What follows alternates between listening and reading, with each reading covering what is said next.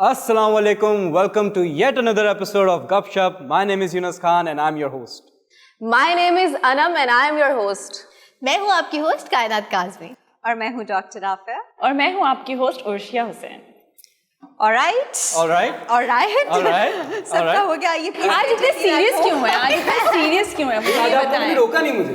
नहीं वैसे भी आज सबके सीरियस मूड क्यों है? रीजन क्यों नहीं क्या कोई हुआ सीरियस अनम को सीरियस लाई होगी सीरियस आई होगी। हाँ नहीं बिल्कुल interesting मैं story। संजीदा टॉपिक्स तो नहीं ला रही हूँ। मुझ पे इस तरीके का लेबल क्यों लगाया जा रहा है कि मैं संजीदा मौज़ूआत पे बात करती हूँ। मैं चाहती हूँ अच्छा बेसिकली मुझे ना आजकल थोड़ा इन्फॉर्मेटिव चीज़ें पढ़ने का शौक हो रहा है, तो मैं जो पढ़ के आती हूँ मैं चाहती हूँ मैं अपने व्यूअर्स के साथ भी शेयर करूँ। आज की जो स्टोरी है या न्यूज़ कह लें या मतलब मेरे लिए बड़ी अनोखी एक खबर थी, वो थोड़ी दिलचस्प है लेकिन थोड़ी सी पेनफुल भी है। लाइक मुझे सुन के बहुत बुरा महसूस हुआ इस बारे में, मैं शेयर करना चाहूँगी आप लोगों के साथ। जैसे कि आप लोग जानते हैं कि डेनमार्क एक कंट्री है। डेनमार्क में एक आइलैंड है फेरो के नाम से। वहाँ पे हर साल पायलट वेल्स मतलब जिन्हें कि लॉन्ग फिन वेल्स भी कहा जाता है उनका शिकार किया जाता है। या मतलब इतनी बड़ी बड़ी वेल्स। और जब मैं यकीनन पिक्चर्स पीछे लगाऊंगी आप लोग देखिएगा, आप लोगों का दिल भी देख के बहुत खून के आंसू रहेगा। वो सारा पानी लाल हुआ था, मतलब आप अंदाज़ा करें कि एक पानी जो समंदर है वो सफ़ेद की जगह लाल हुआ है। मतलब वेल्स वैसी इतनी ह्यूज होती हैं और उसमें से जब उनको उनका ये एक फेस्टिवल है, ये एक रिचुअल है, ये पिछले कोई 1200 साल से वो लोग सेलिब्रेट कर रहे हैं। उनका ऐसा मानना है कि अगर हम ये करेंगे तो हमारी ज़िंदगी में खुशहाली आएगी। तो अनम ये खाते भी हैं? I mean ये अपने फेस्टिवल में जिस वेल्स का ये शिकार करते थे उसको ये लोग फ्रीज कर देते थे या जो भी इनका स्टोरेज का प्रोसेस, और साल भर ये लोग उससे खाना बना के खाते थे। इसके अलावा ये इसको दवाई में भी इस्तेमाल करते हैं, इसकी चर्बी से ऑयल बनाते हैं और इनका मीट खाते हैं। अच्छा मेनली इनका ये जो शिकार का टाइम है इसका कोई ख़ास टाइम नहीं होता। यूजुअली स्प्रिंग्स और समर के बीच किया जाता है, लाइक जून से लेके अक्टूबर के दरमियान जो भी इनको सूटेबल टाइम लगता है। अच्छा शिकार, क्योंकि मैं भी थोड़ा मुझे ताज्जुब हुआ सुन के कि वेल इतनी बड़ी है उसे काबू में कैसे करते हैं। तो ये उनके जो स्पाइनल कॉर्ड होती है पीछे, जैसे कि हम इंसानों में होती है रीढ़ की हड्डी, उसकी पीछे स्पाइनल कॉर्ड पे वार करते हैं एक तेज़ धारी तलवार से, जिससे कि उनका सर कट जाता है। अब अगर किसी भी स्पीशीज़ है या ह्यूमन बींग है, जानवर है, सर कट जाए तो वो तो वैसे ही वहीं मर जाता है। तो ये और देखने के बाद कितना हॉरिबल लगता होगा कि एक इतनी बड़ी चीज़ और उसको कट करना। मैं यकीनन अपने डायरेक्टर से कहूँगी वो पिक्चर्स लगाएं, क्योंकि जब मैंने वो अगेन विजुअलाइज जब मैंने देखा था तो मुझे ना दिल में बहुत अजीब सा महसूस हुआ कि मतलब एक इतना बड़ा जानवर है और उस पर छोटे छोटे बच्चे जब एनिमल्स के साथ खेलते हैं, चलो खेलता हुआ देखोगे तो आपको खुश होगी, लेकिन एक जानवर जो बेचारा मर गया उसके गर्दन पे सर पे बैठ के और यूं करके झूले ले रहे हैं। अच्छा अनम, लेकिन मैं ये पूछना चाह रही हूँ, ये तो आपने बता दिया कि फेस्टिवल, पहली बात तो ये कि आप वाकई बहुत इन्फॉर्मेटिव चीज़ें लेकर आने लग गई हैं और हमें खुद जानने में लाइक होता है कि अच्छा ऐसा भी हो रहा है, ऐसा, क्योंकि मुझे नहीं पता था और यकीनन ऑडियंस को भी डेफिनेटली। लेकिन सवाल ये है कि ये फेस्टिवल है ठीक है, लेकिन एनिमल राइट्स वाले इसमें कुछ नहीं करते, मतलब उनका कोई? मैं बता रही हूँ, हाँ एनिमल राइट्स, बहुत अच्छा आपने क्वेश्चन रेज किया है कायनात। एनिमल राइट्स वायलेशन वाले जो है इस चीज़ के बारे में स्ट्रिक्टली एक्शन ले रहे हैं, क्योंकि एनिमल राइट्स पे मुझे लगता है जैसे कि ह्यूमन राइट्स वायलेशन नहीं होना चाहिए, एनिमल राइट्स वायलेशन भी नहीं होना चाहिए, क्योंकि यहाँ पे बिल्ली कुत्ते को मार दो तो हमारे सर पे चढ़ जाते हैं। तो इस तरीके से, और वेल तो एक बहुत ही बड़ा जानवर है और उसका अच्छा एक मसला ये कि उनके जो आइलैंड के अथॉरिटीज़ वाले लोग हैं उन्होंने खुद इजाज़त दे रखी है कि हर साल उनका ये रिचुअल है और एक ये कल्चर है, ये एक मतलब ऐसा फेस्टिवल है वो हर साल मनाते हैं और फेस्टिवल की तरह है ना, तो वो तो इजाज़त तो ऑब्वियसली उनके यहाँ सेलिब्रेट किया जाता है। एग्जैक्टली बहुत बड़े पैमाने पे ये त्यौहार मनाते हैं और वहाँ पे कोई इसकी रोकथाम के लिए फ़िलहाल सुनने में आया है कि एनिमल राइट्स वालों ने कहा है कि हम सख्ती से इंतज़ाम करें कि इस चीज़ को डिसकंटिन्यू किया जाए, क्योंकि उनकी वेल्स ख़त्म हो रही है। और एक मतलब एक मेरा सवाल था ना, इसमें कितनी वेल्स होती हैं? मतलब लाइक इनकी कोई क्वांटिटी होती है या सिर्फ कोई स्पेसिफिक होती है? नहीं मतलब अराउंड 100+ वेल्स का शिकार किया जाता है और every year just once in year, साल में एक दफ़ा। असल में क्या करते हैं कि खुला समंदर होता है, वहाँ से जो होते हैं हंटर्स जो होते हैं जो मतलब मछली का शिकार करते हैं, वो इनको वहाँ से ट्रैप करके लाते हैं एक बंद जगह पे और वहाँ पे इनकी स्पाइनल कॉर्ड पे वो शिकार करते हैं। लेकिन इस फेस्टिवल में मुझे लगता है इंसानी जानें भी बहुत जाती होंगी, क्योंकि जब शिकार करते होंगे तो वेल्स भी तो डेफिनेटली, ये तो नहीं है कि आ रहे हैं और हाँ इतनी एडवांस हो गई है कि वो मेरे ख्याल से अब वो तलवार से तो नहीं करते, इनके किसी और नहीं यूनिस फिर भी मतलब मुझे ऐसा लगता है कि इनकी जो डेंजरस थिंग हो सकता है कि कोई इंसान नीचे गिर जाए और उसके साथ नहीं, बट द थिंग इज ये इतने सालों से करें, ये इतने ट्रेंड हो चुके हैं कि मतलब इनको एक इंसान एक चीज करता रहे बार बार, आप जानते हैं प्रैक्टिस मेक्स मैन परफेक्ट, तो एक चीज जो सालों से एग्जैक्टली ओवर 1200 ईयर्स कहने को ये बहुत लंबा दौरानिया होते हैं, तो इतने सालों से अगर वो ये फेस्टिवल कंटिन्यू करें तो उनको सारी टेक्निक्स पता है कि कैसे शिकार करना है वेल्स को और कैसे उनको काबू में करके मारना है। अच्छा, मुझे personally apart from this well का शिकार, मुझे शिकार इटसेल्फ जो है ना, मुझे लगता है पता नहीं, आई am not in favour because I am an animal lover, तो मैं कहती हूँ कि शिकार नहीं होना चाहिए, एटलीस्ट मजे के लिए नहीं होना चाहिए, आपके शुगल के लिए नहीं होना चाहिए, कोई हॉबी या एक्टिविटी नहीं होनी चाहिए। हाँ, अगर आपकी लाइफ उस पर डिपेंड करती है तो फिर तो चलो समझ में आता है, लेकिन अगर आप सिर्फ ऐसे कि मजा आएगा उसको मार देंगे उसको, how can you do that so cruel. मगर राफिल जी, अनम ने ये भी एक बात कही है, सॉरी, यस, कि उससे मेडिसिन भी बनती हैं, ऑयल भी बनता है, तो हमें फायदे भी तो एक और चीज ऐड करूंगी, अगर आप एक्सपेंसिव परफ्यूम, नाम नहीं ले सकते, लेकिन आप बहुत ज्यादा कोई एक्सपेंसिव परफ्यूम की तरफ जाए जो लेग्स में हो, तो मैंने सुना है कि वेल की जो वॉमिट होती है, इसकी वॉमिट जो है इस्तेमाल की जाती है जब हम बहुत एक्सपेंसिव परफ्यूम लगाते हैं ना। व्हाइट वाला परफ्यूम लगा रहे थे ना? यस, वो परफ्यूम खुद मानिया परफ्यूम नहीं था। अच्छा, आई वाज सेइंग कि लॉन्ग टाइम बैक, अगर आपको याद हो, कराची के जो बीच है उधर एक वेल आ गई थी। हाँ, सुना था। हाँ, वो मर गई थी वेल, बट एक चीज़ मुझे फील हुआ था उस टाइम भी कि लोग ना तमाशा बनाते हैं उस चीज़ का। अगर वो जानवर मर गया है तो उसकी जो एक वो होती है ना कि वो काफी टाइम तक वो रही और बदबू होती रही, वो साफ करने पिक्चर्स लेते थे साथ में, बड़ी सोशल मीडिया पे आई। ये होता है कि अगर आप शिकार कर भी रहे हैं, जैसे फॉर एग्जांपल प्लांट्स भी जिंदा हैं, वो शिकार वो उनको भी आप मारते हैं अपने यूज करने के लिए, मेडिसिन के लिए, फूड के लिए, तो वो ठीक है, जो जानवर अलाउ किए हुए गवर्नमेंट ने उस पर्टिकुलर कंट्री की, वो आप कर सकते हैं, बट उसका मजाक उड़ाना एट टाइम्स, बिकॉज अफ्रीका में बहुत सारे जो जानवर है उनकी नस्लें खत्म हो रही हैं। बिल्कुल, उन्होंने बैन लगा दिया कि आप वो राइनो नहीं मार सकते, 2-3 और चीजें, एलिफेंट्स नहीं कर सकते यूजुअली, तो वो हमारे कंट्री में भी इंटीरियर में कहीं ना कहीं शिकार होता है और रेगुलर बेसिस पे होता है। हाँ, लेकिन अगर आप चीजें देखें तो बहुत एक्सपेंसिव चीजें, जैकेट्स हो गई, हमारे शूज हो गए क्रोकोडाइल की स्किन के साथ, तो मतलब हाँ, ये सारी चीजें तो हमें भी खुद अच्छी लगती है और हम दिखाते हैं कि ये ब्रांडेड है, ये उस जानवर की स्किन की है। मैंने बहुत सारे लोग देखे हैं जो बात करते हैं एनिमल राइट्स की, लेकिन अगर आप देखें तो उन्होंने पहनी हुई होती है ऐसी चीजें। मेरे कुछ आप तो बीच आपने लेदर कभी नहीं पहना? अब लेदर जैकेट जरूर पहनी है मैंने, हाँ, लेकिन वो भी देखें, कुछ चीज़ें होती हैं वो स्पेशली इस चीज़ की फार्मिंग की जाती है, जैसे मुर्गी है उसकी ऐसे की जाती है, जैसे गाय बकरियां हैं वो स्पेशली उनके फार्म्स होते हैं, उनको इसी पर्पस के लिए यूज़ करने के लिए, तो हमें पता है कि हमें उसके अंडा भी खाना है, हमें चिकन भी खानी है, लेकिन क्योंकि ये खाने के लिए है और ये सर्वाइवल है, हम लोग का खाने का वो है, और ये समझ में आता है। पुराने ज़माने में लोग उनकी ऊन की पूरी वो उड़ते थे बिकॉज बहुत सर्दी होती थी और उनके पास कोई ऐसी चीज़, कोई ऐसा जैकेट, कोई ऐसी चीज़ नहीं होती थी, तो वो उड़ के अपनी जिंदगियां बचाते थे इससे। तो इट्स मोर लाइक दैट, अगर हम लोग भी कभी लेदर जैकेट पहनते हैं तो हम भी कुछ शौकिया नहीं पहन रहे होते कि अच्छी लग रही है, हम भी किसी ऐसे एरिया में जाके पहनते हैं जहाँ पे बहुत ज़्यादा सर्दी हो, बर्फबारी हो, स्नोफॉल है और बहुत कोई एक्सट्रीम नेगेटिव में टेम्परेचर्स जा रहे हैं, वहाँ जाके पहनते हैं। कराची में तो आप सर्दी के कपड़े चलते ही नहीं। हाँ, ये तो है, 2 महीने चलते हैं, उसके बाद नहीं चलते। नहीं, मैंने कराची की बात है। अच्छा, मुझे याद है पहले एक दौर था, लोग दूसरे शहरों से हमारे शहर में आते थे कि कराची की सर्दियां एंजॉय करने जा रहे हैं। ये कब हुआ? हाँ, पहले होता है क्योंकि बाहर जो है वो बहुत सर्दी होती है, तो हमारे हमारे यहाँ पे बहुत ज्यादा गर्मी रहती है और हमें अपने सर्दी के सारे कपड़े देने पड़ जाते हैं जो अच्छा, मुझे आनम की इस न्यूज़ से ना ऐसी सवाल आया, इतनी इन्फॉर्मेटिव थी, तो मतलब मेरा भी दिमाग अभी काम कर रहा है। अगर इवेंट की बात करें या फेस्टिवल की बात करें, यकीनन ये बहुत पुराना फेस्टिवल है जो अभी तक ये लोग सेलिब्रेट करें, जनरेशन दर नस्ल ना।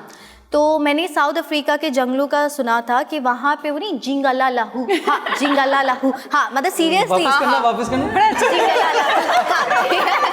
हाँ मतलब funny. Seriously Africans. अफ्रीकन्स का भी कुछ था कि वो ना पता नहीं पत्ते वत्ते करके बस पहन के ऐसा और वो अभी ऐसे भी ऐसे वहाँ कर पे उनका वो ट्रेडिशनल डांस है। हाँ, लेकिन अभी तक वैसे ही लोग हैं जो फॉरेस्ट जो जंगल में रहते हैं, जो कपड़े नहीं वेयर करते, पत्ते और वो Exactly. जिंगल वाला हुआ करते रहते हैं हमारे नहीं वो एक आइलैंड इवन सॉरी थोड़ा सा क्रीपी कंटेंट है पर बोलना चाहूंगी, थोड़ा सा एंटरटेनिंग है। Yeah. आज तक ऐसे भी लोग हैं जो सॉरी टू से पानी इस्तेमाल नहीं करते। हाँ मतलब गोरे सारे हाँ नहीं अच्छा, मुझे इसकी बात से याद है, मैं अफ्रीकन में उस वाले लोगों की बात इस्तेमाल करते, पीने के लिए भी नहीं इस्तेमाल करते। Shower ouch. I don't remember the name. वहाँ पे जो उनके जो लोग रहते हैं वहाँ पे वो अलाउ नहीं करते, वो वहाँ पे कोई एयरप्लेन नहीं जा सकता उधर, वहाँ पे कोई शिप नहीं जा सकती, उनका अपना एक ट्राइबल है और वो अटैक करते हैं। यस वो यू आर सेइंग जैसे कि वो बिल्कुल पत्ते वत्ते और ऐसे करके और वो नेजा रखा हुआ है, वो मछली खाते हैं, बस दैट्स इट। तो एक पर्टिकुलर आइलैंड है नियर साउथ अमेरिका समवेयर, तो वहाँ पे ऐसे लोग हैं अभी भी बहुत सारे। एक मैं पढ़ रहा था कि वर्ल्ड वॉर 2 जब एंड हुई थी तो 2 जापानीज फैमिलीज थी, वो अंडरग्राउंड हो गई और वो 1970 में बाहर आई। तो 1970 में बाहर आई तो उनको पता नहीं था कि वर्ल्ड वॉर 2 एंड भी हुई है कि नहीं। हाँ ये मैंने भी सुना था। ओके, चलिए ब्रेक ले And लें they were छोटा सा। alive. उर्शी आप 2 ब्रेक ले लें। मिलते हैं छोटे से ब्रेक के बाद।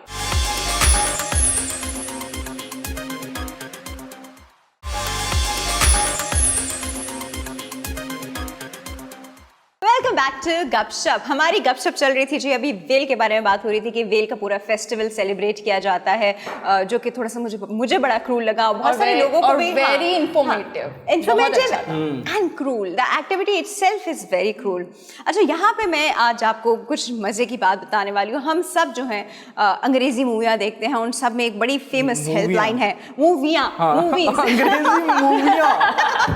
उन सब में एक बड़ी फेमस हेल्पलाइन है 911, और वो 911 पे कॉल करते हैं और वो जितनी देर में इमरजेंसी बता रहे होते हैं वो हमारी पुलिस की तरह हो जाता है, वो पहुंच नहीं पाते और सब कुछ हो जाता है। लेकिन that's movie I am talking about. Originally ऐसा नहीं होता वहाँ पे। बाय द वे 911 बहुत विजिलेंट है, बहुत मतलब वो आपकी कॉल के साथ आपकी लोकेशन, हर चीज़, टाइम वो ट्रेस कर लेती है। They come and rescue you right then and then. हमारे पास भी ऐसी सर्विसेज हैं 15 और इस तरह, लेकिन लेट्स नॉट गो देयर।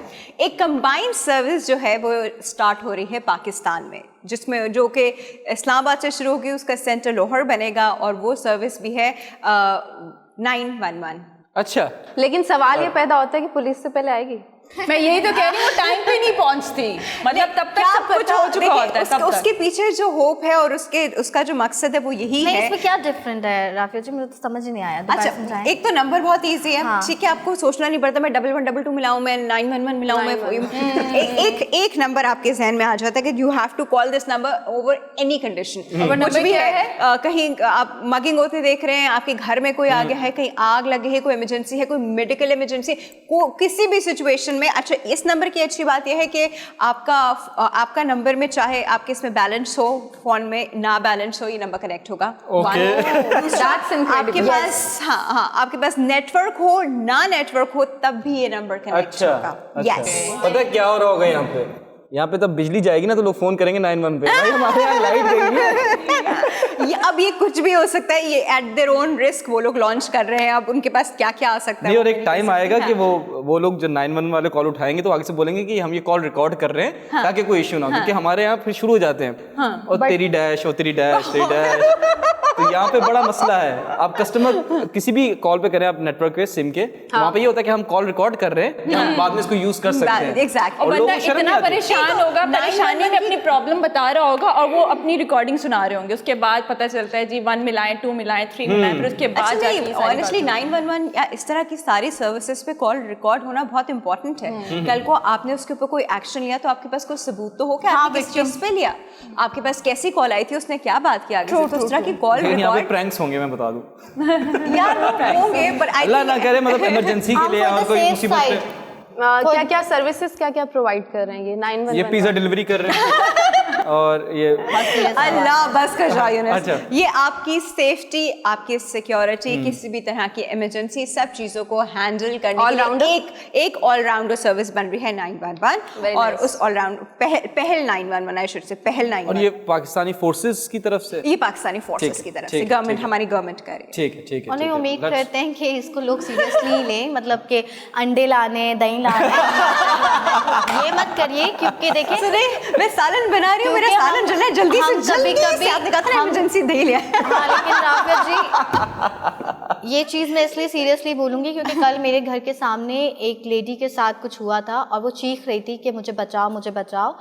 तो हम लोगों ने, मेरे सामने वाली बिल्डिंग वो भी सिंगल लेडी थी, तो उन्होंने कॉल करने की कोशिश की और यकीनन 15 पे कॉल किया तो 20 मिनट बाद 25 मिनट बाद, लेकिन वो आवाज़ें इतनी खौफनाक थी कि मैं डर गई थी। तो ये चीज़ें देखिए ना करें, क्योंकि कभी कभी हमारी इस तरह की जो प्रैंक्स और इस तरह की कॉल्स पर ये सर्विसेज जो प्रोवाइड हमें लाइक करके दे रहे होते हैं पुलिस वाले, वो कहते हैं कि कोई मजाक होगा आगे जाएंगे, कुछ ऐसा नहीं होगा, तो ना करें। मुझे लगता है लोग बचाने नहीं आते, बस वीडियोस बनाते हैं, तमाशा देख रहे होते हैं। अगर 911 इंस्टेंटली आती है तो ये बहुत अच्छा इनिशिएटिव नहीं, है। और प्लस वन मोर थिंग कि लोग डरते हैं कि अगर अल्लाह ना करे कुछ मिसहैप हो रहा हो और वो बोले हम पुलिस को बुलाएंगे तो हम ही ना फंस जाएं। हमारा नाम आ जाए। एक्सीडेंट हो रहा होता है, लोग लेके नहीं जाते हॉस्पिटल के, भाई हम ही ना फंस जाएं। भाग जाते। तो ये रीजन भी है कि हमारी अगर ये ऐसे इस चीज की सिक्योरिटी देते हैं कि अगर कोई किसी का मिसहैप हो रहा है और आपकी आइडेंटिटी बड़ी क्लोज या सीक्रेट रहेगी तो लोग फिर शायद हेल्प आउट भी मतलब करें। उसमें ये भी होता है, लोग कहते हैं कि अब हमें कोर्ट कचहरी करनी पड़ेगी, अब हमें थाने जाना पड़ेगा और बार बार बुलाएंगे, अब बार इन्वेस्टिगेशन होगी, मेरा काम अफेक्ट होगा,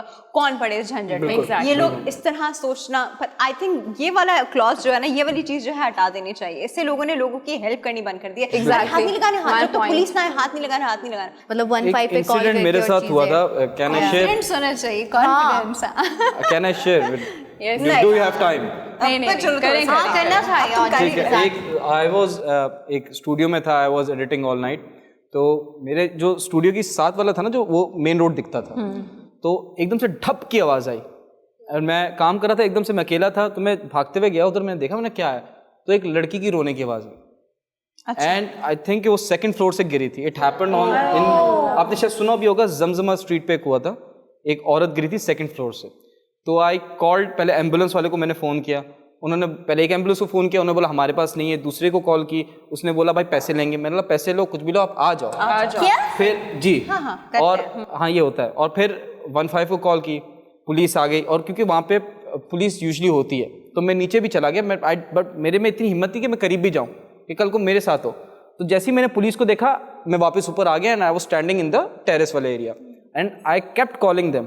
उन्होंने बोला क्या हुआ, एम्बुलेंस आ गई, वो चीज़ें होगी, वो चली गई और वो बच भी गई लड़की। बट द प्रॉब्लम इज कि एज अ पाकिस्तानी ना, आई वाज स्केयर्ड कि मैं वहाँ खड़ा हूँगा, मुझे ना ले जाएं जो हेल्प। तो वो जो थी ना, वो हमारी सिक्योरिटी फोर्सेस ने इतनी अच्छा इंप्रेशन दिया भी नहीं अपना। एग्जैक्टली। भाई तुम मदद करने आए हो, आओ चलो, आ जाओ भाई थाने चलो। तुम्हें सारी बात का पता होगा। बहुत सारे प्राइवेट हॉस्पिटल्स के साथ भी होता है कि अगर आपको गन शॉट या इस तरह का कुछ भी एक्सीडेंटली कुछ भी हुआ है तो वो कहते हैं नहीं एक्सीडेंट केस है, गन शॉट केस है, हम नहीं लेंगे, गवर्नमेंट हॉस्पिटल में जाएं। इसमें मैंने सुना था कि ये वाला क्लॉज उन्होंने खत्म कर दिया है, लेकिन फिर भी अभी भी बहुत सारे हॉस्पिटल जो कहते हैं हम इस केस में हाथ नहीं डालेंगे। नहीं, ये वाला प्रॉब्लम होगा, फैमिलीज पे पड़ जाती है ना गले। नहीं, ये भी तो इशू है। अगर फॉर एग्जांपल डेथ हो गई तो चले ठीक है, लेकिन अगर वो जिंदा हो तो वो तब भी केस नहीं लेते, मतलब एटलीस्ट बिल्कुल क्या मतलब जिंदा हो तो भी केस नहीं लेंगे। This exact scene happened with my brother. मेरा भाई और उसका दोस्त एक यूनिवर्सिटी के सामने से जा रहे थे एंड वो क्योंकि सुनसान एरिया है, वहाँ पे स्नैचिंग के लिए 2 लोग आए और उन्होंने, मेरा भाई क्योंकि एक हैवी था, हेल्दी बंदा है, तो उसने अटैक कर दिया। तो एक स्नैचर था वो भाग गया, दूसरा स्नैचर नीचे, उसके ऊपर मेरा भाई का दोस्त, उसके ऊपर मेरा भाई, ठीक है जी। एंड क्या सैंडविच और गन फायर हो गई, ठीक है जी।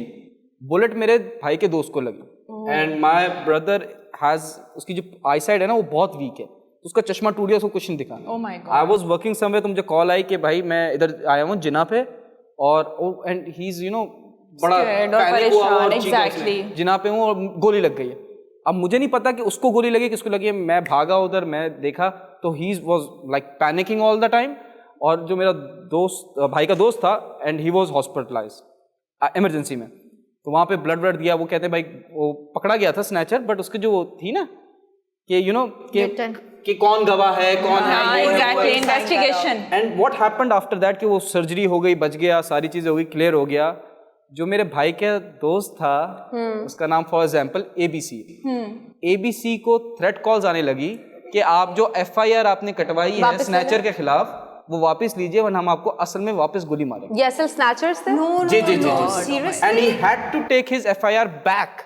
मुझे लगता है आपको कोई बचाने नहीं आएगा, आपको अपनी सिक्योरिटी खुद ही करनी पड़ेगी। सॉल्यूशन क्या है? हाँ, सॉल्यूशन टाइम। हाँ, सॉल्यूशन बताओ। आज सॉल्यूशन अपने मुहाफिज आप खुद हैं, यही मैं इस पे एक सॉल्यूशन देता हूँ, बड़ा स्ट्रिक्ट सख्त सॉल्यूशन देता हूँ। हाँ जी सर। कि एक मैं वीडियो देख रहा था रिसेंटली, एक गुलशन में अभी बड़ी स्नैचिंग की CCTV फुटेजेस वायरल हो रही है, अगर आपने देखा हो सोशल मीडिया पे। Snatching is happening since ages. हाँ, बीच में कम हो गई थी बट स्टार्टेड अगेन। से बढ़ जाती है, पता है? I am giving the solution. क्या हुआ, एक बंदा खड़ा हुआ है कॉर्नर पे और एक लड़का आता है बाइक गुजार के, वापस घूम के आता है एंड उसने बाइक रोकी एंड ही केम और उसने उससे मोबाइल छीनने के लिए गन निकाली। उस लड़के ने गन पकड़ी एंड ही स्टार्टेड रनिंग। वो गिरा, उसने 2 हवा फायर मारे और स्ट्रेट फायर किया। Oh my God. और उसको शायद उसके पैर में लगी स्नैचर के, या कुछ भी हुआ। एक लड़की है मरियम नादिर, आपने सुना होगा कि उसने एक she is a very close friend of mine. उसने क्या किया था, शी वाज ड्राइविंग और उसको स्नैचर, गाड़ी खड़ी हुई थी, स्नैचर्स आए, उसने उससे मोबाइल लिया, पर्स लिया and they started going on bike, सामने जा रहे थे। उसने गाड़ी स्टार्ट की, उसने कोई चौथे गियर में गाड़ी लगाई, क्रैश्ड। बिल्कुल अच्छा। एक मेरे ख्याल से एक मर भी गया था। ब्रेक ले लें।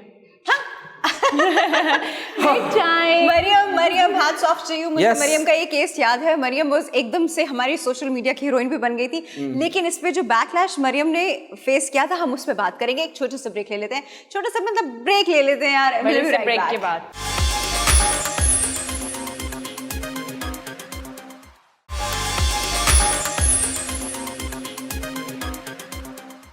वेलकम बैक टू गपशप। अच्छा जी, यहाँ हम बात कर रहे थे स्नैचिंग की और यहाँ हम अपनी एक म्यूचुअल फ्रेंड की बात कर रहे थे, मरियम, किससे उसने रिटेलिएट किया था जब उसके साथ ये मार्किंग हो रही थी। तो खैर, इस पे बहुत लोगों ने पता है वहाँ पे क्या क्या आके लिखा। कोई गरीब होगा बेचारा, उसके घर में खाना नहीं होगा, तुमने उसको क्यों मार दिया। कोई पता नहीं उसको क्या कर, उसकी माँ बीमार होगी, तुम उसके इलाज के पैसे उसने करने होंगे, क्यों।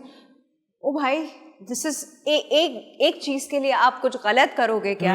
एक चीज, two wrongs can not make one right. मैं हमेशा आपको जस्टिफाई इट कि अगर आप चोरी कर रहे हैं, वो हमारे रिलीजन में भी एक्सेप्टेबल नहीं है। आप चोरी कर रहे हैं, किसी को थ्रेट कर रहे हैं, वो एक्सेप्टेबल है ही नहीं। मैं बस सोल्यूशन दे रहा था आपको कि हर इंसान को, मैं एक फौज है हमारी नहीं है, बाहर मुल्क की है, जिसमें हर बच्ची को ट्रेनिंग करनी पड़ती है आर्मी की। ठीक है, you very well, I am not taking the name too. तो वो लोग ट्रेनिंग देते, अच्छी बात उनकी मैं बता रहा हूँ। K-pop बॉब सुनते हो और अब आई am not taking the name, I don't like it. ठीक है, खैर एनीवेज, मैं सोल्यूशन दे रहा था कि वो ट्रेनिंग देते हैं अपने हर लड़का लड़की को टिल द एज ऑफ 18 और 16, if may be I am wrong. तो आपको आर्मी ट्रेनिंग देते हैं, क्यों? सेल्फ डिफेंस के लिए, सिक्योरिटी के लिए। आपके पास लाइसेंस्ड गन्स होती हैं इंटरनेशनली, अपने आप को सेफ गार्ड करने के लिए। लोग यहाँ पे भी कहते हैं कि भाई असला लो, सबके पास है, जिसके पास है, यहाँ पे सब नहीं रख सकते, लाइसेंस के साथ रख सकते हैं। से अगर कोई अल्लाह माफ करे, कोई मेरे साथ कुछ मिसहैप करने आता है और मैं उसको जवाबी फायर कर देता हूँ और वो मर जाता है, तो मैंने तो अपने आप को सेफ गार्ड करने के लिए किया ना, वो डिफेंस में किया। मगर यूनिस यहाँ पर मिसयूज भी तो करते हैं। एक मिसकंसेप्शन ये भी कि हम नहीं रखना चाहते, रखेंगे तो बेवजह चल जाएगा। मैंने इस सोच के भी बहुत सारे लोग देखे, वो अवॉइड करते हैं कि हम रखना ही नहीं चाहते। हैंड का सेल्फ डिफेंस तो रख लें। हाँ, वो आना चाहिए आपको। मोबाइल छीन रहा जी भाई, आज लिया है भाई, किस निकालनी है, ज़कात निकालनी, ले जाएं। इनफैक्ट मुझे याद है, एक मिनट, मेरे भाई के साथ हुआ था, रात के कोई 12 बजे के टाइम वो अपना ATM से निकालने गया था पैसे, और एक दो स्नैचर्स से और उसके नाक पे वो मारा। उनके पास गन थी उसका, वो जिसमें वो हम फिल करते हैं गोलियां, क्या कहते हैं, मैगजीन बटिया, वो मारा और उसकी नाक की हड्डी टूट गई। और उसके बाद वो हॉस्पिटल में एडमिट रहा कोई 3 दिन के लिए। आज भी फ्रैक्चर्ड है और उसका नाक उल्टा है। उल्टा है मतलब टेढ़ा है, नाक की हड्डी ब्रेक हो गई और वो दोबारा से वापस, मतलब वो डिस्प्लेस हो गई है अपनी जगह से। एक छोटा सवाल है आप सबसे, मतलब हम ये तो कहते हैं, लेकिन अगर हमारे साथ खुदा ना खास्ता, अल्लाह ना करे ऐसा हो, लेकिन बहुत सारे कम लोग हैं जो स्ट्रीट क्राइम में अगर किसी से फ़ोन स्नैच कर लिया, पैसे ले लिए या कार्ड वार्ड ले लिया, लोग नहीं जाते पुलिस स्टेशन। डरते हैं वेरिफिकेशन नहीं जाते लोग, verification तो से डरते हौसला हैं। तो कहीं ना कहीं हम लोग भी इनको देते हैं, लोग भी क्योंकि हम करते नहीं जाते। हमने उनकी शक्ल भी अगर किसी की देख ली होती है ना, तो हम इतनी हिम्मत नहीं करते कि यार इसी टाइम जाएं या कॉल करें। डरते हैं कायनात, अच्छा, हम वो लोग डरते एक हैं। बात मैं जो उस वक्त कहना चाह रही थी कि जब आपके पास गन ना हो तो आप केयरफुल हो, लेकिन जब आपके पास गन हो तो आप और ज्यादा केयरफुल हो, क्योंकि उसके साथ आपको ज्यादा माइंडफुल होना होता है, क्योंकि अब आपको पता है कि आपके पास वेपन है, आप उसे कभी भी यूज कर सकते हैं। तो इंसान कभी कभी ना इतने इम्पल्सिव जैसे अटैक्स कराची की अगर बात करें, अगर कोई आता है आपसे छीनने को चीजें, जिंदगी से बढ़ के कुछ नहीं है, जान से बढ़ के कुछ नहीं, आप दे दो। नहीं दे दिया था उसने, मोबाइल भी लेकिन और आ नाक जाएगा। भी गई और फोन भी गया। मेरे साथ और इस शो के डायरेक्टर के साथ भी एक सीन हुआ है। फिर क्या हुआ? अच्छा अच्छा अच्छा, ये हम फिर उसकी गर्लफ्रेंड बहुत रोई। और बहन नहीं मुझे बहन ने अफसोस कहा- हुआ। फर्क नहीं पड़ा, फर्क नहीं पड़ा। नहीं मैंने पूछा फोन को तो कुछ नहीं हुआ ना, तुम्हारी खैर। पहले फोन का पूछा। चलें जी, मैं भी एक स्टोरी बताऊंगी। स्टोरी तो नहीं है, बट ये है कि it's very very amazing thing जो हम लोग यूज़ कर सकते हैं, शायद आप लोग करते भी हैं। म्यूज़िक के बारे में तो सब जानते ही हैं कि कैसा होता है music. So music is a beautiful and powerful thing, ठीक है। सो जब हम लोग म्यूज़िक सुनते हैं, डिप्रेशन हो या कोई भी एंजाइटी हो, तो हम उन सब चीज़ों से बाहर आ जाते हैं। ये हमारे साइंटिस्ट हैं डॉक्टर डेविड, जो कि उन्होंने स्पेसिफिकली इस चीज़ के ऊपर सर्च किया है कि वाकई में जब हम म्यूज़िक सुनते हैं तो हमें कितना रिलीफ मिलता है, चाहे वो हम एंजाइटी में हो, डिप्रेशन में हो, या कोई भी व्हाटएवर कोई भी प्रॉब्लम हो, या ब्रेकअप हुआ हो, या कुछ भी हो। तो डिप्रेशन तो दुखी है ना डिप्रेशन से जब हम निकलते हैं तो वो चाहे वो घर का हो या ब्रेकअप का हो, जैसे ऑफिस का भी हो सकता है। ऑफिस का भी हो सकता है, प्रेशर्स होते हैं, काम का भी हो सकता है। एग्जैक्टली। हाँ। तो जब हम सुनते भी हैं या गाते भी हैं, गुनगुनाते भी हैं, तो वो मूड पे डिपेंड करता है कि हमारी अंदर की चीज़ क्या चाहती है बेसिकली। सैड गाने तो नहीं सुनने चाहिए ना? नहीं सुनने चाहिए, मैं तो सैड गाने भी सुनती तो हूँ, बंदा और पुराने sad गाने भी सुनती हूँ मैं। इतनी पुरानी? यस, मतलब पुराने गाने, जरूरी नहीं कि इंसान पुराने गाने सुनता है, मेलोडियस सॉन्ग्स जो अच्छा लगता है। एग्जैक्टली। नहीं नहीं, ऐसा नहीं है। आप जो सुनते हैं नहीं, लिरिक्स वगैरह, तो उससे और आपका माइंडसेट वैसा नहीं जाता है? एग्जैक्टली। यूनस, जो चीज आपकी रूह को तस्कीन देना, मुझे Exactly. लगता है वो मौसीकी। Yes. क्या बात है, थैंक यू कायनात, क्या बात बोली। उम्र से कोई लेना देना नहीं होता। पुराने सॉन्ग सुने आप लोग, बट वो आपके दिल को छूने चाहिए और वो टच करना चाहिए कि आपकी किस बात से क्या रिलेट होती अब है। मजे की बात बताऊं, काफी सारे लोग जो है गाना सिर्फ लिरिक्स के लिए नहीं सुनते, लिरिक्स नहीं सुने उन्होंने, उन्हें म्यूजिक अच्छा लगता है, Music beat attack अच्छी करता है। उनको लगती समझ है। नहीं आते होंगे लिरिक्स इंग्लिश। क्यों हम नहीं सुनते? कितने हम लोग जो है वो फ्रेंच गाने सुनते हैं, समझ में आती कख नहीं आती है, कितने अरबी गाने सुनते नहीं समझ में आती, but we just enjoy music, exactly. तो आप लोग बीट अनम बताएं, क्या जब आप म्यूजिक सुनते हो तो आपको क्या फील आता है? मैं बता सब one by one, one मैं by अनम one। से पहले एक चीज, मैं ठीक जब है। भी लो होती हूँ ना, मैं अनम का लगाया हुआ म्यूजिक सुनती हूँ, उसके बाद मैं यूं यूं यूं यूं हो रही होती तो हूँ। वो अनम का कौन सा वाला गाना था, जरा प्लीज हमें बताएं। एक्चुअली जैसे कि कहा जाता है ना, नॉर्मली आपने आम जिंदगी में सुना होगा कि मोटिवेशनल बातें सुना करें, इस तरह के मोटिवेशनल स्पीकर्स की स्पीचेस सुना करें, क्योंकि उसका इम्पैक्ट पड़ता है आपकी ज़िंदगी में।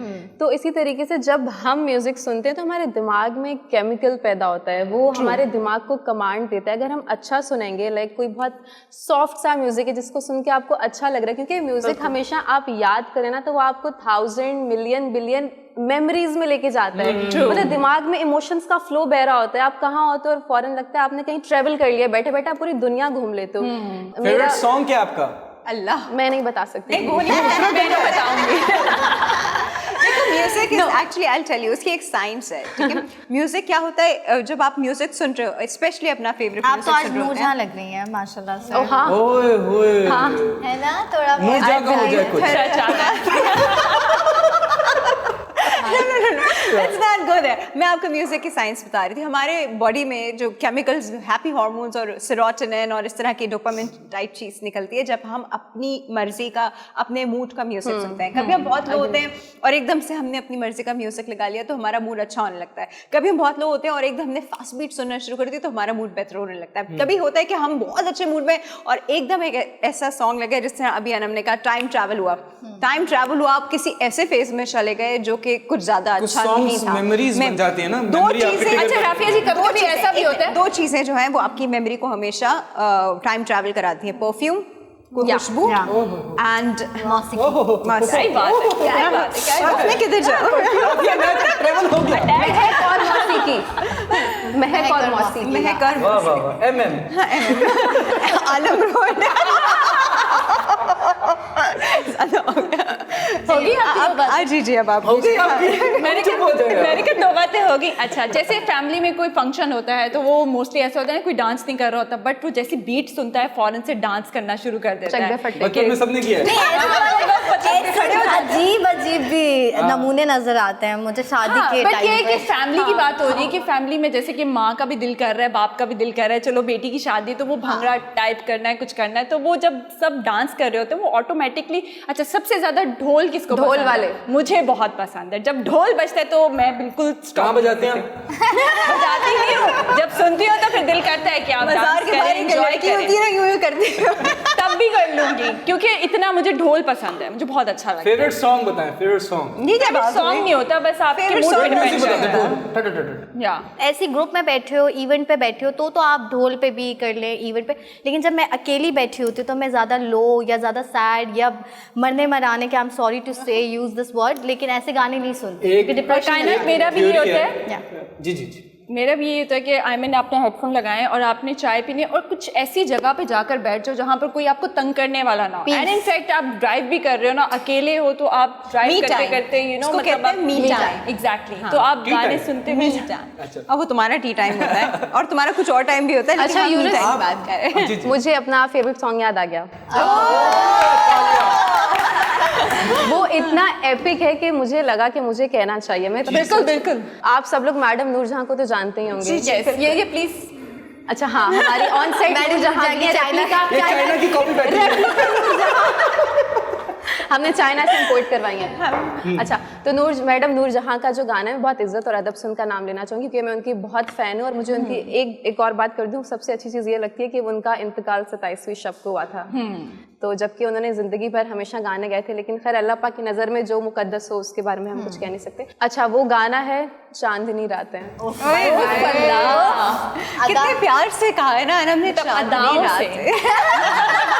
Once more, please. शर्म नहीं आ रही। हाँ, एक बार चांदनी ये शो कहीं और जा रहा है। रिश्ते के लिए लेके जाते हैं ना ट्रे, मुझे लिटरली वो फील आई कि मैं रिश्ते में बैठी हूँ। ऐसे लग रहा है कि ये चांदनी समोसे। Absolutely. चांदनी रात में रिश्ते के लिए अनम जारी है चांदनी समोसे लेकर। अच्छा, ओके ओके। अच्छा, लोगो मेरी बात सुनो लोगो। जी जी जी। आज के बाद मैं इनको ऐसे ही मुखातिब करूँगी क्योंकि कोई नहीं बोलने देता। जब जाते जाते मुझे लगता है कि एक खूबसूरत बात के साथ आज एंड करना चाहिए। हाँ, बात यह है कि जो इम्प्लीमेंट आपको अपनी ज़िंदगी में करना चाहिए, ठीक है। जिनमें तन्हा चलने के हौसले होते हैं, एक दिन काफिले उन्हीं के पीछे होते हैं। क्या रट्टा है। जबरदस्त। वेरी नाइस कायनात, वेरी नाइस। और अभी हम आपको तन्हा छोड़ और ये के जा रहे हैं। वाकई में एक्चुअल में लाइफ है, क्योंकि इंसान अकेला ही है और अकेला ही आया, अकेला ही जाएगा। तो प्लीज हम अभी आपको तन्हा छोड़ के जा रहे हैं, लेकिन तन्हा नहीं छोड़ेंगे। इंशाल्लाह हम आपसे फिर मिलेंगे। आप लोग देखते रहेगा गपशप प्ले एंटरटेनमेंट के साथ रहेगा। और यूनुस तो नहीं आप ठीक है, बस इनकी तारीफ कर दें काफी। ओके, अल्लाह हाफिज। अल्लाह हाफिज। अल्लाह हाफिज।